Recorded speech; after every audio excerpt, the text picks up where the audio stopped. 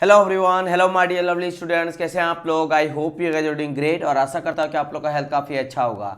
So guys, welcome back once again and as you know that अभी हम लोग का चल रहा थर्मल वाले पार्ट एंड थर्मल वाले पार्ट में आज हम लोग और एक न्यू सब्जेक्ट को स्टार्ट करने जा रहे हैं। दैट इज योर RAC यानी कि रेफ्रिजरेशन एंड एयर कंडीशनिंग को हम लोग आज स्टार्ट कर रहे हैं। एंड ये जो आपका सब्जेक्ट है ये काफ़ी इंपॉर्टेंट सब्जेक्ट हो जाता है।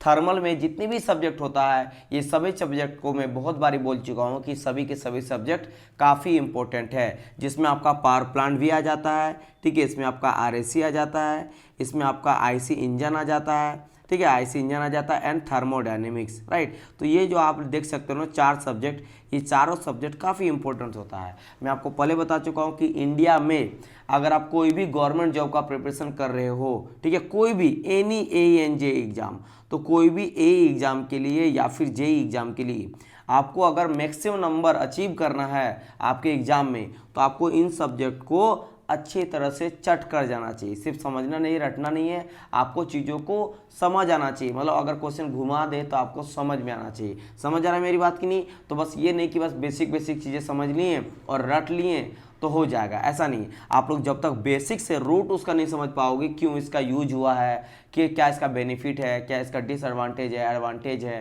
ठीक है, कौन सा थ्योरम से बना, कौन सा लॉ से बना है, रियल लाइफ में इसका एप्लीकेशन क्या है, राइट, जब तक आप इन सभी चीज़ों को नहीं समझ पाओगे आप अच्छी तरह से सब्जेक्ट को पकड़ मजबूत नहीं बना पाओगे, राइट। तो ये चीज़ का ध्यान रखना। तो अगर मैं बात करूँ RAC का, तो वन ऑफ देम है, तो दैट्स वाई ये सब्जेक्ट आपके लिए इंपॉर्टेंट हो जाता है। और अगर मैं बोल रहा हूँ कोई भी एग्जाम के लिए, तो आप समझ लो कोई भी मतलब कोई भी एग्जाम के लिए, चाहे वो सेंट्रल लेवल का एग्जाम रहे, जैसे कि आपका हो गया SSC JEE, RRB JEE, ISRO DRDO JEE, या फिर आपका कोई भी स्टेट से अगर आप बिलोंग करते हो, महाराष्ट्र रहे, यूपी रहे, झारखंड रहे, बिहार रहे, हिमाचल प्रदेश रहे, समझ आए, मध्य प्रदेश रहे, कोई भी स्टेट का रहे एज एग्जाम, सबके लिए आपका ये सब्जेक्ट काफ़ी इंपॉर्टेंट है अगर आप मैकेनिकल इंजीनियरिंग बैकग्राउंड से हो सो, राइट।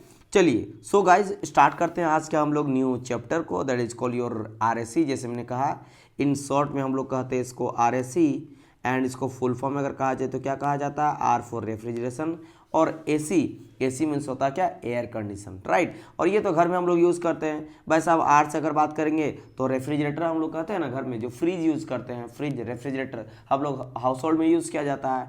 क्यों यूज़ करते हैं? पानी को ठंडा करने के लिए, कुल्फ़ी वगैरह जमाने के लिए, इसके अलावा आइसक्रीम वगैरह बनाने के लिए, ठीक है, सब्जी वगैरह जो हम लोग लाते हैं, वेजिटेबल वगैरह लाते हैं, उन सभी को, या फिर मिल्क वगैरह को हम लोग रखते हैं ताकि वो खट्टा ना हो, सब्जी वगैरह ख़राब ना हो, जल्दी सड़े ना, जल्दी ख़राब ना हो, इसलिए रखा जाता है। फूड आइटम भी हम लोग रखते हैं तो उसका यूज़ करते हैं, फ्रिज रेफ्रिजरेटर यूज़ करते हैं। सिमिलरली अगर बात करेंगे AC का, तो AC भी हम लोग गर्मियों के दिनों में AC लगाया जाता है, बैंक वगैरह में, घर में, ATM में, ठीक है, हर जगह पे, बड़ा बड़ा आपका अपार्टमेंट वगैरह में, अपने घर में लगाते हैं। ये सब क्यों लगाया जाता है? AC को क्यों लगाया जाता है? हर कोई क्यों लगाता है? भाई साहब गर्मी के दिनों में काफ़ी ज़्यादा टेम्परेचर हाई हो जाता है, इन्वायरमेंट टेम्परेचर, ठीक है, तो हम लोग को क्या करना है, उसके टेम्परेचर से कम टेम्परेचर रखना है घर में, ताकि हम लोग को ह्यूमन के कंफर्ट के अकॉर्डिंग, यानी कि आपको जितना बॉडी झेल सकता टेम्परेचर उतना को मेंटेन करा जाए, ताकि आपका बॉडी सही उस इन्वायरमेंट में रहे, कोई भी इफेक्ट ना हो। यानी कि सिंपल सा लॉजिक है, कंफर्ट, आराम के लिए AC का भी यूज़ करते हैं, ठीक है। और रेफ्रिजरेशन क्या करते हैं, अपने आराम के लिए तो नहीं, एक्चुअल तो अपने आराम के लिए करते हैं, लेकिन टेम्परेचर जो लो करते हैं वो हम लोग खाने वाले फूड आइटम का करते हैं, ठीक है। तो ये दोनों का हम लोग बहुत ज़्यादा यूज़ करते हैं घर में। तो बस इन्हीं दोनों को लिए स्पेशल एक बना दिया गया है आपका क्या subject, that is call your RAC। अब देखो, मैं आपको पहले ये बताऊंगा कि इन दोनों में कॉमन क्या है, फिर मैं आपको बताऊंगा कि इन दोनों में डिफरेंस क्या है। पहले तो कॉमन चीज़ें तो समझ गए होंगे, और नहीं समझे तो अब आपको समझ में आ जाएगा कि इन दोनों में क्या है कॉमन चीज़ें। तो अगर मैं बोलूँगा सर जी कॉमन क्या है, तो अभी जस्ट मैंने बात करा कि दोनों में क्या मेरा टारगेट क्या है, तो आप बोलेंगे सर दोनों का टारगेट ये है कि टेम्परेचर को लो रखना, ठीक है। इन दोनों का मेरा सिमिलरिटी की बात करिए, मेरी सिमिलरिटी यानी कि दोनों में जो कॉमन है, कॉमन ये है कि चाहे मेरा फ्रिज रहे या चाहे मेरा AC रहे, ठीक है, रेफ्रिजरेटर रहे या फिर मेरा एयर कंडीशनिंग रहे, दोनों का काम क्या है कि भाई ठंडा करके रखना, रूम को ठंडा रखना, या फिर सामान, फूड आइटम, ये सभी को ठंडा रखना। तो लो टेम्परेचर इसका टारगेट होता है। आप बोलिएगा सर किसके कंपेयर में, अगर मुझे ठंडा करना है तो किसी के कंपेयर में हम लोग करते हैं ना, तो हम लोग करते हैं क्या, एटमॉस्फेरिक या फिर रूम टेम्परेचर इसको कहते हैं। हम लोग को रूम टेम्परेचर या एटमॉस्फेरिक टेम्परेचर से कम टेम्परेचर बनाए रखना है। ये काम होता है मेरा, चाहे बात करेंगे रेफ्रिजरेटर का, फ्रिज का, या फिर बात करेंगे हम लोग एसी का। कैसे सर? देखो मेरे बात समझना कि मान लो कि ये मेरा क्या है, ये हम लोग मान लेते हैं मेरा फ्रिज है, ये मेरा फ्रिज है। अच्छा ठीक है, फ्रिज में आपको पता ना ऊपर में फ्रीजर रहता है जहाँ पे हम लोग कुल्फी वगैरह आइसक्रीम वगैरह जमाते हैं, नीचे में हम लोग वेजिटेबल वगैरह रखते हैं। समझ आए कि नहीं? इस तरह से रखते हैं। ठीक है, तो मैं अगर बात कर रहा हूँ बाहर में क्या, बाहर में आपका रूम है, बाहर में आपका रूम है पूरा, और रूम के अंदर रखा गया है। तो ये जो फ्रिज है, फ्रिज के अंदर का टेम्परेचर बहुत ही लो रहता है, इसके अंदर का टेम्परेचर क्या रहता है, काफ़ी लो टेम्परेचर रहता है। एंड आपका जो रूम है उसका एक अलग टेम्परेचर है, उसका एक अलग टेम्परेचर है। हाँ बहुत हाई नहीं है, लेकिन हाँ इसके कंपेयर में ज़्यादा है। तो यही कहलाता है आपका रूम का टेम्परेचर। यानी कि रूम का टेम्परेचर को हम लोग बोल सकते हैं इन्वायरमेंट का टेम्परेचर या फिर एटमॉस्फेयर का टेम्परेचर, इन्वायरमेंट टेम्परेचर, या फिर और इसको बोल सकते हैं हम लोग क्या, एटमॉस्फेरिक टेम्परेचर। तो एटमॉस्फेरिक मतलब जो भी आपका डिवाइस है, यानी कि जो रेफ्रिजरेटर है, उसके बाहर में जो भी गर्मी होगा ना, जो हीट होगा ना, जो टेम्परेचर होगा ना, उस टेम्परेचर को हम लोग रूम टेम्परेचर या इन्वायरमेंट टेम्परेचर या फिर एटमॉस्फेरिक टेम्परेचर कहते हैं। तो इसी टेम्परेचर से कम रखने का काम होता है मेरा रेफ्रिजरेटर का। क्या काम रहता है मेरा? जो भी इन्वायरमेंट का टेम्परेचर होता है उससे कम रखने का काम रहता है। आप खुद ही देखो ना, आप जब गर्मी के दिनों में आप अगर पानी पीना चाहते हो, ठीक है, आप क्या करते हो, गर्मी के दिनों में ठंडा पानी चाहिए होता है, कोल्ड ड्रिंक चाहिए होता है, आइसक्रीम चाहिए होता है, तो आप फ्रिज से ही निकालते हो। क्यों? क्योंकि पता है कि जो मैं बाहर में बड़ा गर्मी लग रहा है, और बाहर का अगर पानी आप पियोगे ना, टैप का नल का पानी पियोगे या कहीं से बाहर आप खरीदोगे बिना फ्रिज का पियोगे, तो आपको गर्मी जैसा फील होगा, वो पानी गर्म हो जाता है, क्योंकि इन्वायरमेंट गर्म है, इन्वायरमेंट का टेम्परेचर गर्म है। तो तब आप क्या करते हो, फ्रिज का पानी लेते हो, क्योंकि वो पानी ज़्यादा ठंडा रहता है, राइट। तो उसी तरह से यूज करोगे। इट मीन्स क्या होता है कि बाहर का टेम्परेचर से वो कम टेम्परेचर बनाए रख रहा है। तो यही काम मेरा रेफ्रिजरेटर का है। अगर बात करेंगे एसी का, तो हम लोग घर में एसी क्यों बनाते हैं? उस रूम को, पूरे रूम को वो ठंडा रखता है, उसका काम यही है। किसे ठंडा रखता है? एटमॉस्फेरिक या रूम टेम्परेचर से कम टेम्परेचर बनाए रखता है। यही काम है मेरा एसी का, यही तो करता है ना वो। आप अगर रूम से बाहर जाओगे, जिस रूम में एसी लगा हुआ है वहाँ से बाहर जाओगे, तो पता चलेगा कि काफ़ी ज़्यादा वहाँ पे गर्मी है, काफ़ी ज़्यादा आपको गर्म लग रहा है, गर्मी लग रहा है, हीट बहुत ज़्यादा है, टेम्परेचर बहुत ज़्यादा, टेम्परेचर के चलते हीट है, राइट। तो जैसे आप उस रूम में घुस जाते हो जहाँ पे एसी लगा हुआ है, आपको पता चलेगा कि काफ़ी कंफर्ट आपको लग रहा है, ठीक है। जैसे ये मान लो रूम है आपका, इस रूम के अंदर आपने क्या करा है, एसी लगा दिया है, ठीक है, एसी लगा दिया। तो आपको यहाँ पे जैसे आप कोई जाएगा ना इंसान, वो काफ़ी रिलैक्स फील करेगा काफ़ी गर्मी के दिनों में। और अगर वो बाहर चल गया, एटमॉस्फेयर में चल गया, ठीक है, एटमॉस्फेयर चल गया, तो आपको पता चलेगा यहाँ का टेम्परेचर काफ़ी ज़्यादा है। जैसे कि T1 मान लें, T2 माने, तो यहाँ पे T2 is greater than T1। तो T1 यानी लो टेम्परेचर यहाँ पे है। तो ये लो टेम्परेचर बनाए रखने का काम होता है किसका? रेफ्रिजरेटर का भी और एसी का भी। क्लियर माई पॉइंट और नॉट? तो ये तो हो गया क्या, सिमिलरिटी। इतना मैंने एग्जाम्पल बताया so that you can easily understand that what is the common between them, यानी दोनों में क्या कॉमन है ये आप समझ गए हो। नाउ सर जी आप मुझे ये बताइए कि दोनों में डिफरेंस क्या है, दोनों में अंतर क्या है। तो चलो उसके बारे में बात करते हैं। एक तो चीज़ कॉमन है कि सर जी अगर मैं बात करूँगा रेफ्रिजरेटर का, ठीक है, अगर मैं रेफ्रिजरेटर का बात करूँगा, तो रेफ्रिजरेटर जैसे मैंने कहा है कि रेफ्रिजरेटर का काम क्या होता है सर जी, लो टेम्परेचर बनाए रखना, ठीक है। तो देखो यहाँ पे to achieve the low temperature only, लेकिन यहाँ पे ओनली लिखा गया ना, इसका क्या मतलब हुआ? इसका मतलब आप तब समझिएगा जब आप एसी का दिखेगा। अब बात करते हैं हम लोग एसी का, एयर कंडीशन का। अगर इसका बात करते हैं तो ये क्या क्या है, to achieve low temperature and human comfort. आप बोलेंगे सर जी यहाँ पे एक ह्यूमन कंफर्ट आया एक्स्ट्रा, ये क्यों आया यहाँ पे, ये हमको बताइए, क्योंकि यही एक डिफरेंस नज़र आ रहा है। देखो रेफ्रिजरेटर का काम रहता है सिर्फ और सिर्फ लो टेम्परेचर बनाए रखना, जितना ज़्यादा लो टेम्परेचर बनाए रखेगा उसके लिए उतना अच्छा है। यहाँ पे कोई भी ह्यूमन के कंफर्ट का ध्यान नहीं रखा जाता है। आप बोलेंगे सर कैसे? जैसे मान लो कि ये आपका फ्रिज है, ठीक है, फ्रिज है, एंड ये मेरा मान लेते इस तरह से है ना, एक सेकंड, ये आपका फ्रिज बन गया, ऊपर में मेरा फ्रीजर रहता है, ठीक है, ये मेरा क्या ऊपर में फ्रीजर रहता है, और नीचे में मान लो इस तरह से आप जग वगैरह रखे हो, ग्लास वगैरह रखे हो, जिसमें बहुत सारे सामान वगैरह आप रखे हो इसमें, समझ आया कि नहीं, इस तरह से, ठीक है, ओके। तो आपने यहाँ पे बहुत सारा स्वीट का डिश रखा है, या फिर आप शरबत रखे हो, या फिर कोई वेजिटेबल नीचे में मान लो फ्रूट वगैरह यहाँ रखे हो, ठीक है, इस तरह से कुछ भी बहुत सारा सामान आप रखे होंगे, इजंट इट। तो एक चीज़ बताइए, फ्रीजर में जो आप हम लोग फ्रीज कर देते हैं, यानी आइस बनाते हैं, ठीक है, बर्फ़ जमाते हैं या आइसक्रीम जमाते हैं, ये जो भी चीज़ आप कर रहे हो वहाँ का टेम्परेचर कितना चाहिए भाई, 0 डिग्री सेल्सियस होगा तब जाके वो जमता है, यानी कि 0 भी है। फिर अगर आप पानी आइटम रखते हो ठंडा करने के लिए तो वहाँ पे हम लोग फ्रीजर में नहीं रखते हैं, क्योंकि उसको सिर्फ ठंडा करना रहता है, यानी 0 डिग्री सेल्सियस तक नहीं ले जाते हैं। वो मान लो गया 8 तक गया, 10 तक गया है, ठीक है, 4 तक गया, 6 तक गया, तब जाके वो ठंडा हो रहा है। उसके नीचे जो हम लोग सबसे नीचे वाला कंपार्टमेंट किसके लिए होता है आपको पता होना चाहिए, वेजिटेबल के लिए। आजकल का नया फ्रिज वगैरह देखोगे नीचे में वेजिटेबल रखने के लिए, और रखते भी नीचे वेजिटेबल, इसमें आलू रखते हैं, प्याज रखते हैं, नॉर्मल वेजिटेबल रखते हैं, स्पिनच रखते हैं, पालक साग रखते हैं, इस तरह का चीज़ें रखते हैं हम लोग, ठीक है, समझ आया कि नहीं। तो यहाँ पे आप जितने वेजिटेबल रखते हो उसका टेम्परेचर और कम होता है, जिससे नीचे नीचे आते जाएंगे इसका टेम्परेचर मान लो रहेगा कितना, 12 तक 15 तक बनाए रखना, मतलब बहुत ज़्यादा ठंडा नहीं, क्योंकि बहुत ज़्यादा ठंडा होगा जम जाएगा तो खराब हो जाएगा, क्योंकि उसको आप जमाना नहीं चाहते हो, तब समझे, उसको बस फ्रेश रखना चाहते हो। तो आपने यहाँ क्या देखा कि यहाँ से लो टेम्परेचर से लेकर बहुत लो टेम्परेचर तक भी है, 0 डिग्री सेल्सियस तक भी है, क्योंकि यहाँ पे कोई इंसान तो नहीं रह रहा है। फ्रिज के अंदर कोई भी इंसान जाकर नहीं बैठता है कि भाई 0 डिग्री सेल्सियस हो जाएगा तो इंसान जम जाएगा, ठीक है, उसके अंदर का वाटर जो है वो सभी जम जाएगा, तो भाई इंसान का तो हालत ही ख़राब हो जाएगा, समझ रहे हो। तो इसलिए यहाँ पे जो है सिर्फ और सिर्फ टारगेट क्या रहता है कि जितना लो टेम्परेचर जाए उतना बेटर है। Clear my point. और लेकिन अगर मैं यहाँ पे बात करता हूँ किसका, अगर यहाँ पे मैं बात करता हूँ एसी का, तो एसी में क्या कहा गया है कि to achieve low temperature and human comfort, मतलब यहाँ पे ह्यूमन इंसान के कंफर्ट का भी ध्यान रखना चाहिए। ऐसा ना हो जैसे कि मान लो एक मेरा आप रूम समझ लो, ये मेरे रूम है बड़ा सा, और यहाँ पे लगा हुआ है आपका एसी, यहाँ पे क्या लगा हुआ है, एसी लगा हुआ है, यहाँ से एसी से क्या कर रहा है, ये मेरा ठंडा कर रहा है। और यहाँ पे मान लो एक सोफ़ा में क्या हुआ है आपका, 4 दोस्त आप लोग बैठे हुए, यहाँ पे 4 दोस्त इस तरह से बैठे हुए हो। तो आप लोग को पता है कि कितना रखते हैं एसी का, मान लो बहुत ज़्यादा गर्मी है तब हम लोग ले जाते हैं 16 के आसपास, 14 के आसपास, 18 के आसपास, वैसे अधिकतर तो 18-20 रखते हैं, 22 रखते हैं, ठीक है, तो 18 रख रहे हो या 22 डिग्री रख रहे हो, इतना हम लोग नॉर्मली लेके चलते हैं, इज़न्ट इट, ओके। तो अगर कोई इंसान क्या करे, एसी के 4 में रख दे, 3 में कर दे डिग्री सेल्सियस, तो आप क्या पता चलेगा कि आप जम जाओगे, समझ रहे हो ना, आपको एकदम आपको कंबल ओढ़ना पड़ेगा, ये हाल हो जाएगा, यानी आपका ह्यूमन कंफर्ट यानी आपका तबीयत खराब हो सकता है। दैट्स वाई यहाँ पे ह्यूमन कंफर्ट का भी ध्यान रखना चाहिए। तो एसी और रेफ्रिजरेटर में अंतर यही होता है कि अगर मैं बात करता हूँ किसका, अगर मैं बात करता हूँ रेफ्रिजरेटर का, तो उसमें सिर्फ और सिर्फ लो टेम्परेचर ले जाना मेरा टारगेट होता है, जितना लो होगा उतना बेटर है।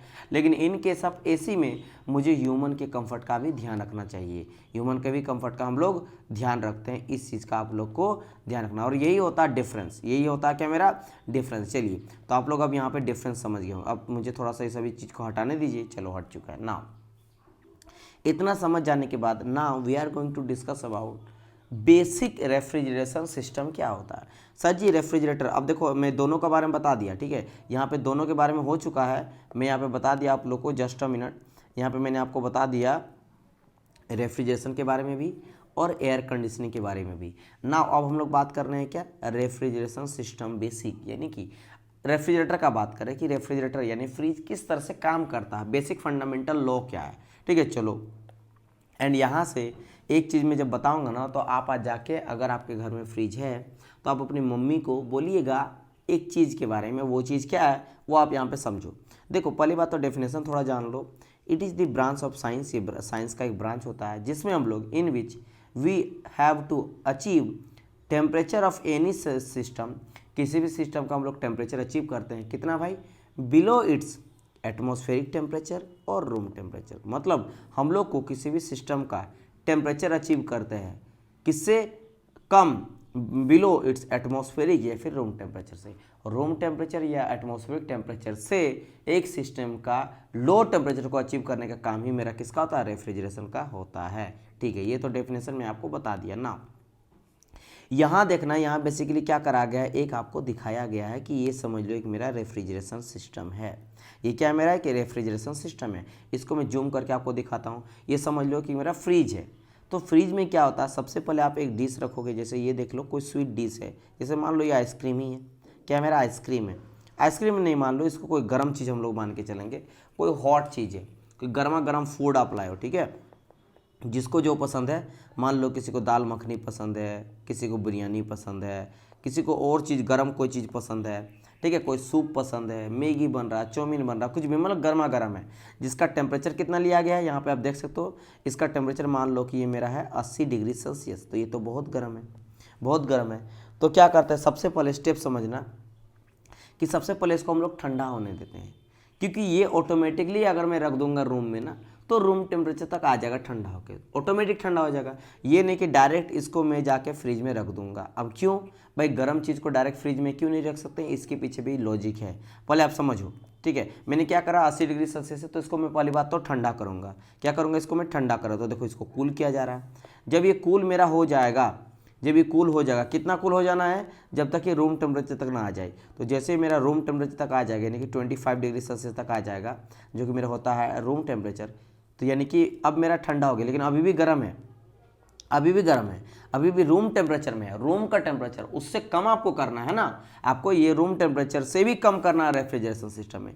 तो तब इसको क्या करेंगे, अब इसको जाके प्लेस कर देंगे, ये रेफ्रिजरेशन सिस्टम है, इस रेफ्रिजरेशन सिस्टम के अंदर में रह जाके इस वाले फूड आइटम को रख दे रहे हैं। मैगी या फिर पास्ता या फिर कुछ भी चीज़ था, इसको रख दे रहे हैं। अब ये क्या हुआ, हीट जा रहा, हीट जा रहा, हीट जाके, और ये देखो 10 डिग्री सेल्सियस तक अब ये पहुंच चुका, मतलब ये बहुत ज़्यादा ठंडा हो चुका है। अब हम लोग इसका क्या कर सकते हैं, यूज कर सकते हैं खाने के लिए। मुझे 10 डिग्री सेल्सियस तक ले जाना है, या फिर हो सकता है 4 दिन बाद खाओ, 2 दिन बाद खाओ, 1 दिन बाद खाओ, 4 घंटा बाद खाओ, ये आपका काम है।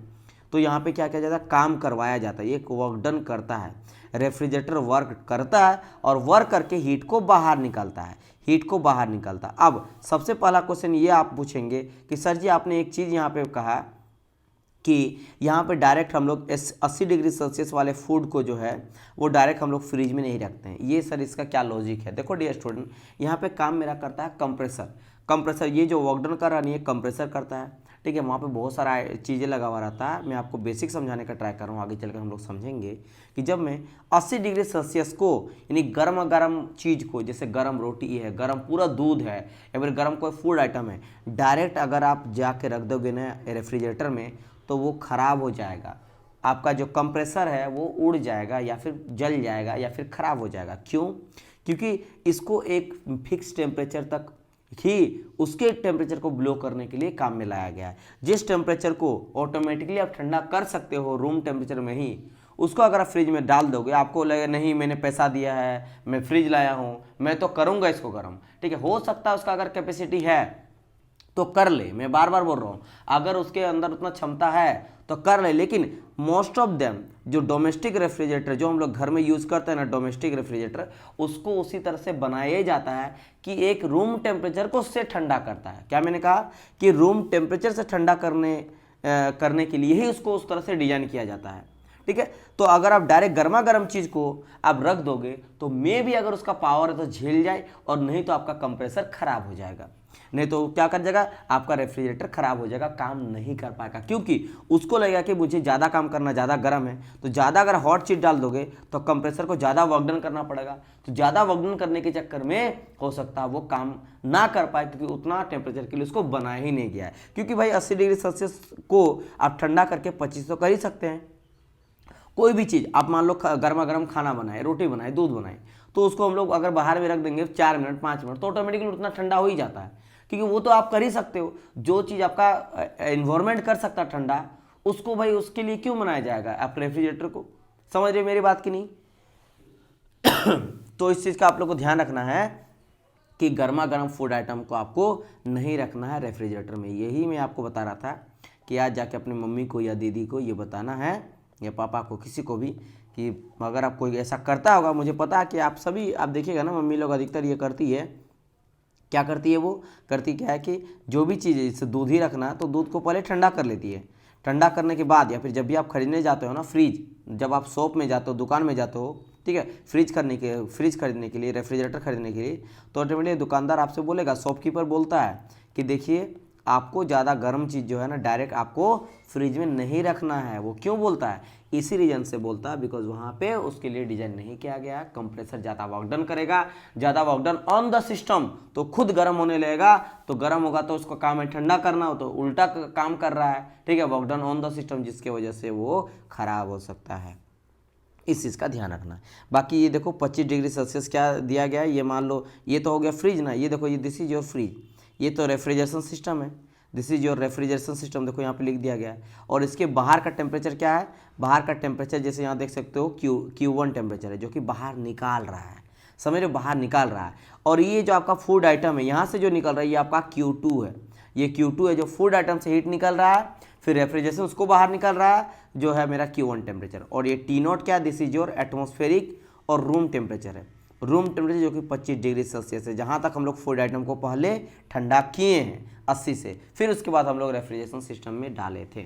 तो ये चीज़ इस तरह से ये मेरा काम करता है। चलिए अब अगर आप इतना बेसिक चीज़ समझ गए होंगे तो हम लोग बढ़ते हैं नेक्स्ट पेज की ओर, और मैं और सारी चीज़ों के बारे में यहाँ पे बताता हूँ। अच्छा, मुझे एक चीज़ आप लोग को और बताना था, स्टार्टिंग में ही मैं आपको अभी बता देता हूँ कि सर जी ये जो सब्जेक्ट है, देखो कुछ जो सब्जेक्ट होता है ना वो अप्लीकेशन बेस्ड होता है। अप्लीकेशन बेस्ड करने का मतलब क्या सर जी, अप्लीकेशन और थ्योरी बेस्ड। इसका मतलब ये है डियर स्टूडेंट कि जब भी कोई बोलेगा कि कोई आपका जो सब्जेक्ट है, जिससे बात करेंगे सोम का, स्ट्रेंथ ऑफ मटेरियल का, थर्मोडायनेमिक्स का, ये सब्जेक्ट कैसा है, ये अप्लीकेशन और थ्योरी बेस्ड सब्जेक्ट है। मतलब इसमें एक्सपेरिमेंट करके, अप्लीकेशन करके, ठीक है, थ्योरी वगैरह डेराइव करके इस सब्जेक्ट को बनाया गया। मतलब इससे पहले जो है इस तरह का थ्योरी एग्जिस्ट नहीं करता था, किसी से इंस्पायर किया गया नहीं है, बस वहाँ पे एक्सपेरिमेंट किया और जो एक्सपेरिमेंट निकला ना रिजल्ट, उसका रिजल्ट को वहाँ पे छाप दिया और वो सब्जेक्ट बन गया। लेकिन जैसे बात करेंगे आरएससी का, आरएससी का बात करेंगे, ठीक है, आरएससी एक आपका एप्लीकेशन बेस्ड सब्जेक्ट है। क्या है मेरा, एप्लीकेशन बेस्ड सब्जेक्ट है, ठीक है, एप्लीकेशन बेस्ड सब्जेक्ट है, ठीक है, समझ आ रहा है। एक सेकंड, यहाँ पे मैंने एप्लीकेशन लिखा था, ये एक्सपेरिमेंटल लिखना सही रहेगा, ठीक है, एक सेकंड।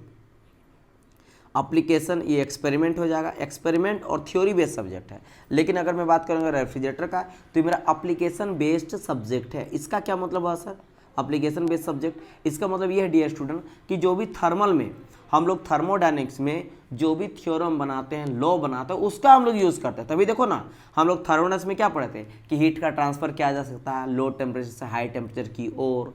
तो यहाँ पे क्या किया, उसी थर्मो का यूज़ करके, उसी थर्मोडायनेमिक्स के लॉ का यूज़ करके हम लोग रेफ्रिजरेटर बनाए, उसी थर्मोडायनेमिक्स के लॉ का यूज़ करके हम लोग एसी बनाए, और यहाँ पे उसका यूज़ करके ह्यूमन के कंफर्ट के लिए, ह्यूमन के कंफर्ट के लिए यूज़ किया जा रहा है, फूड आइटम को ठंडा करने के लिए किया जा रहा है, ताकि और लाइफ को ईजी बना जाए आपके लोगों के लिए, ह्यूमन के लिए, और लाइफ को इजी बनाने के लिए ये सभी चीज़ का यूज किया गया, एप्लीकेशन किया गया। इसलिए आरएससी को कहा जाता है अप्लाइड थर्मोडायनेमिक्स। आईसी इंजन में क्या जाता है, अप्लाइड थर्मोडायनेमिक्स। पावर प्लांट भी क्या जाता है, अप्लाइड थर्मोडायनेमिक्स। ये आईसी इंजन, पावर प्लांट, ये सब क्या जाता है, ये एप्लीकेशन बेस्ड सब्जेक्ट है। मतलब इन सब में हम लोग क्या करते हैं, एप्लीकेशन यूज करते हैं, उस थ्योरम का जो थर्मोडायनेमिक्स में पढ़ाया गया है उस थ्योरम का यूज करते हैं और उससे रिलेटेड हम लोग चीज़ें बनाते हैं। क्लियर माई पॉइंट और नॉट, इस चीज़ का ध्यान यहाँ पे रखना है। जैसे होता है ना, कोई एक्टर ले समझ लो, कोई एक्टर एक्टिंग सीखा और बाकी सभी जो एकेडमी होता है उसी एक्टर का देख देख के यहाँ पे पढ़ाया जाता है। समझ आया कि नहीं। जैसे आप पढ़ते हो कोई भी जो भी लॉ पढ़ते हो, आप क्या पढ़ते हो, आप बस उसको पढ़ते हो, लेकिन कोई इसको बनाया ना और उसी को थ्योरम को ये करके आप एक्सपेरिमेंट करोगे। जैसे आप क्या करोगे, इस तरह से अर्थ आपका है, अर्थ हम लोग हैं, और कोई चीज़ को ऊपर फेंकते हो तो आपको पता है कि ऊपर फेंकेंगे तो नीचे फिर गिर जाएगा, क्यों, ड्यू टू ग्रेविटी के चलते। तो ये ग्रेविटी के आपको पता है, उस एप्लीकेशन का यूज कर रहे हो कि मैं कोई चीज़ को फेंक रहा हूँ ऊपर से, आपको कॉन्फिडेंट है कि कोई चीज़ को अगर मैं ऊपर फेंक रहा हूँ तो नीचे गिरेगा ही गिरेगा, तो आप क्या करो, उसका एप्लीकेशन यूज कर रहे हो ना। और वो लॉ क्या, न्यूटन्स लॉ है, जो दिया था कोई साइंटिस्ट एक्सपेरिमेंट करके कि क्यों ऐसा हुआ। तो आपको पता है इसमें ग्रेविटी आ रहा है, ग्रेविटी जैसे से नीचे आता है बढ़ता है, इसीलिए नीचे आ रहा है। समझ आ रहा है, इसके अंदर काइनेटिक एनर्जी आ रहा है, तो आपको पता है, उसका आप यूज करो। तो उसी तरह का ये सब्जेक्ट है। तो यहाँ पे एक वर्ड में आप ये समझ लो कि अगर मैं बात करता हूँ आईसी इंजन का, तो आईसी इंजन मेरा क्या है, एप्लीकेशन बेसिक सब्जेक्ट है। मतलब यहाँ पे हम लोग अप्लाइड थर्मोडायनेमिक्स ये सब्जेक्ट कहलाता है। यानी कि यहाँ पे जो भी बेसिक थर्मल या फिर उसके कॉन्सेप्ट को हम लोग पढ़े हैं उसको रियल लाइफ में यूज करते हैं। That's it. ये मुझे बताना था ताकि आप लोग को कोई अगर बोले कि क्यों इसको अप्लाइड थर्मोडायनेमिक्स बोलते हैं तो आपको पता होना चाहिए, राइट। चलिए आगे बढ़ा जाइए नेक्स्ट पेज की ओर। नाउ अब यहाँ पे बात करते हैं। तो देखो उसी चीज़ को आगे मैं बढ़ाता हूँ यहाँ पे, एंड यहाँ पे और चीज़ों के बारे में डिस्कस करता हूँ। जैसे मान लो ये मेरा एक रेफ्रिजरेटर सिस्टम है, ठीक है, रेफ्रिजरेटर, जैसे घर में आपका फ्रिज वगैरह हो गया ना, रेफ्रिजरेटर है, तो ये मेरा रेफ्रिजरेटर है, राइट, ओके। तो सबसे पहले टारगेट क्या है मेरा कि जो भी मेरा फूड आइटम है उस फूड आइटम को मैंने क्या करा, फूड आइटम को जो है सबसे पहले आप लोग क्या किए, जो भी गर्म था उसको रूम टेम्परेचर तक ले आए। जैसे 80 डिग्री सेल्सियस है तो इसको ठंडा करके बिलो करके आप लोग इसको ले आए 20 डिग्री या फिर 25 डिग्री सेल्सियस तक, ये ठंडा कर दी। अब इसको हम लोग क्या करेंगे, जाके फ्रिज आइटम में रख देंगे, फ्रीजर में रख दिए या फिर जो भी आप रख दें रेफ्रिजरेटर में जाकर रख दिए, ठीक है, ओके। तो आप जैसे यहाँ पे रेफ्रिजरेटर में रख दिए, इसका काम क्या होता है, रेफ्रिजरेटर का काम होता है हीट को एक्सट्रैक्ट करना। एक्सट्रैक्ट मतलब क्या होता है, एक्सट्रैक्ट मतलब खींच लेना, ठीक है, हीट को निकालना। क्योंकि भाई साहब इसके अंदर मान लो मैं 25 डिग्री सेल्सियस रखा मान लो इसका टेम्परेचर है 25 डिग्री सेल्सियस और इसको करना 10 डिग्री सेल्सियस, तो 10 कब होगा, जब इससे मेरा 10 निकल जाएगा। जैसे मेरे यहाँ पे अगर मैं 25 में से -10 कर लेता हूँ, 15 कर लेता हूँ, तब जाकर 10 डिग्री सेल्सियस बचा। तो ये जो -15 डिग्री सेल्सियस की ये निकाला गया ना, ये निकालने का काम किसका आता है, रेफ्रिजरेटर कराता है। तो रेफ्रिजरेटर क्या क्या हीट को निकाला, उसको हम लोग मान लिए Q2। क्या मतलब Q2 मतलब हीट निकाला, उसके अंदर हीट निकाला तो ठंडा हो गया। तो इसी को कहा जाता है हीट एक्सट्रैक्ट, मतलब हीट को निकाल रहा है, इजंट इट। ओके, फिर क्या हुआ, और ये हीट को निकालने के लिए इस पर काम करना पड़ता है, इसमें काम करवाना पड़ता है, क्योंकि work done on the system. समझ रहे मेरी बात कि नहीं, वो काम कर रहा है, रेफ्रिजरेटर काम कर रहा है, रेफ्रिजरेटर काम करके दे नहीं रहा है। एक होता है work done by the system, एक होता है work done on the system, ठीक है। तो यहाँ क्या हो रहा है, work done on the system, refrigerator ही काम कर रहा है, रेफ्रिजरेटर के द्वारा काम नहीं हो रहा कि वो गर्मी मुझे मिल रहा है। तो ये पहले काम किया था, वर्क डन करवाएं, और वर्क डन करवाने के बाद वही हीट को फिर क्या करता है, बाहर छोड़ देता है। इसलिए आप रेफ्रिजरेटर के या फिर एसी के पीछे साइड में जाओगे ना तो आपको गरम गरम फील होता है। क्यों, क्योंकि रूम के टेम्परेचर को खींचा और खींच के एक्सट्रैक्ट करके बाहर निकाल दिया। सिमिलरली आपका रेफ्रिजरेटर भी वही काम करता है, हीट को खींचता है उस सिस्टम के अंदर, उस रेफ्रिजरेटर के अंदर के हीट को निकालता है। जो भी आप फूड आइटम रखे उसके हीट को निकाला और निकाल के बाहर इन्वायरमेंट में दे दिया। तो बाहर जो इन्वायरमेंट में दिया वो क्या है, मेरा Q1 है। यहाँ से Q2 लिया और यहाँ पे Q1 तक छोड़ दिया। इसलिए इसके पीछे मैं आपको बताया था कि Q2 टेम्परेचर क्या है, Q2 टेम्परेचर जो कि रेफ्रिजरेटर के अंदर का है, रेफ्रिजरेटर के अंदर जो कि खींच रहा है। तो पहली बात Q2 अंदर लिया रेफ्रिजरेटर Q2 हीट को लिया और वो हीट को लेके फिर ये वर्क डन किया। उसके लिए इसी Q2 को लेने के लिए वर्क डन करना पड़ा, और उसके बाद फिर क्या क्या, Q1 हीट को रिलीज कर दिया। तो Q1 क्या, कौन सा हीट है, आपको हमेशा ध्यान रखना है, जो रेफ्रिजरेटर छोड़ेगा ये हमेशा ध्यान रखना कि ये Q1 क्या, जो कि एटमॉस्फेयर में छोड़ता है ना टेम्परेचर, वो है। और Q2 टेम्परेचर हमेशा आपको ध्यान रखना है, हमेशा आप जब तक अब मैं RSC पढ़ाऊंगा हर जगह पे और बुक में देखने को मिलता है। Q2 क्या है, Q2 है जो कि मेरा फूड आइटम से हीट को एक्सट्रैक्ट करता है, और मेरा Q1 क्या है, जो एटमॉस्फेयर में छोड़ता है वही हीट को, ठीक है, वर्क डन करके। समझ है मेरी बात की नहीं, चलिए इतना चीज़ क्लियर हो गया होगा। नाउ अगर आप इतना समझ गए होंगे तो एक चीज़ बताइए, अगर मैं यहाँ पे बोलता हूँ कि सर जी Q1 और Q2 में क्या अंतर है, ठीक है, तो एक चीज़ बताइए, यहाँ पे अगर आप देखोगे, जस्ट अ मिनट, अगर यहाँ पे आप देखोगे तो आपको क्या पता चलेगा। यहाँ पे आप ये देख रहे हो कि अगर मैं बात करता हूँ सर जी Q1 का, तो Q1 यहाँ पे क्या है, ये रहा Q1 है और यहाँ पे आपका Q2 है। इस सिस्टम में पहली बात तो हीट लिया, रेफ्रिजरेटर क्या किया, फूड आइटम से हीट को एक्सट्रैक्ट किया, अपने अंदर लिया, तो Q2 भी इसके अंदर गया, और फिर क्या, ये वर्क डन किया, वर्क डन करके क्या हुआ, इसी हीट को फिर बाहर निकाल दिया इन्वायरमेंट में। वर्क डन करने के बाद इसका हीट चेंज हो जाएगा, इसीलिए ये Q1 हो गया। आप बोल सकते हैं सर जी ये Q2 आया तो Q2 ही अंदर जाना चाहिए, बाहर जाना चाहिए, Q2 ही आपका अंदर है, Q2 ही बाहर गया। लेकिन ये वर्क डन किया ना भाई साहब, तो वर्क डन करने में भी हीट का तो खपत होगा, हीट का खपत होगा नहीं। आपको पता ना, according to first law of thermodynamics क्या कहता है कि भाई del Q equal to DU plus del W। तो यही हीट से हम लोग वर्क डन करते हैं, इसी हीट का यूज करके हम लोग वर्क डन कर रहे हैं। पूरी तरह से वर्क डन नहीं हो पाता तो कुछ ना कुछ इंटरनल एनर्जी भी बन जाता है। तो यही हीट का यूज करेगा, इसी Q2 का हीट करेगा वर्क डन करने के लिए। क्यों यहाँ पे काम कर रहा है, क्यों वर्क डन कर रहा है, क्योंकि फिर इस हीट को रेफ्रिजरेटर से बाहर भी तो निकालना है, नहीं तो रेफ्रिजरेटर गर्म हो जाएगा, तो रेफ्रिजरेटर जो कंप्रेसर काम कर रहा है वो गर्म हो जाएगा, वो खराब हो जाएगा।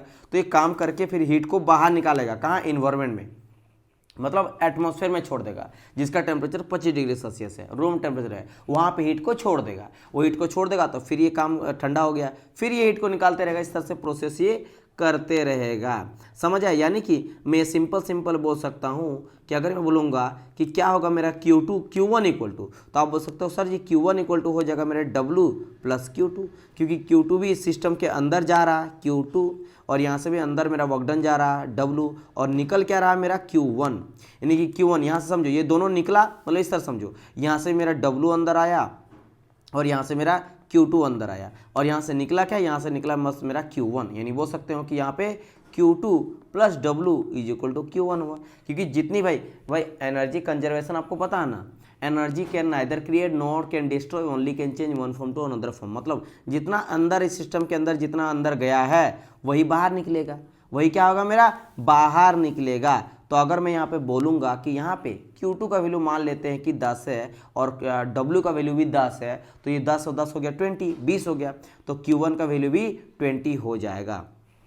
Q1 का वैल्यू क्या हो जाएगा मेरा 20 हो जाएगा। बस सिंपल सा मेरा यहाँ कहना है। समझ आए मेरी बात की नहीं? चलिए ये चीज़ आप लोग यहाँ पे समझ गए होंगे, समझ गए यहाँ पे होंगे, राइट। तो ये चीज़ आप लोग का यहाँ पे था। तो ऑन द बेसिस ऑफ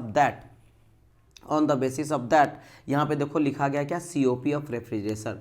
तो अच्छा COP जब भी हम लोग रेफ्रिजरेटर का निकालते हैं तो होता है किसी का भी ओवर COP निकालते हैं तो हम लोग क्या लेते हैं, desired effect divide by work input. तो देखो यहाँ पे आपको दिखाई दे रहा होगा क्या आपका desire effect upon heat input है, यहाँ पे क्या मेरा desire effect upon heat input है। तो यहाँ पे देख रहे हो desire effect upon heat input आपको यहाँ पे नजर आ रहा है, बिल्कुल नजर आ रहा है यहाँ पे, ठीक है। नज़र यहाँ पे आ रहा है कि desire effect upon heat input यहाँ पे नज़र आ रहा है। चलिए मेरा जो है आईपैड के पेंसिल का जो है वो बैटरी ख़त्म हो गया, ठीक है। मुझे लग रहा है क्लास को अब ऑफ करना पड़ेगा, ये आई थिंक मुझे अब ये करने ही नहीं देगा काम, है ना। चलिए desired effect upon heat input है, कोई बात नहीं, हम लोग नेक्स्ट क्लास तुरंत ही लाने वाले हैं, ठीक है। चलिए डियर स्टूडेंट हम लोग नेक्स्ट पार्ट में मिलते हैं, इसी के आगे मैं आपको बताऊंगा। यहाँ तक आप समझ गए होंगे क्या होता है मेरा Q2 क्या होता है जो कि फूड आइटम से हीट निकल रहा है, और Q1 क्या होता है जो वर्क डन किया उस हीट को बाहर निकालने के लिए, वो मेरा Q2 यानी कि Q1 इक्वल टू हो जाएगा मेरा Q2 प्लस W। इतना समझ गए होंगे, ठीक है। चलिए डियर स्टूडेंट मिलता है हम लोग नेक्स्ट पार्ट में, तब तक के लिए goodbye and God bless you all. Bye bye dear student.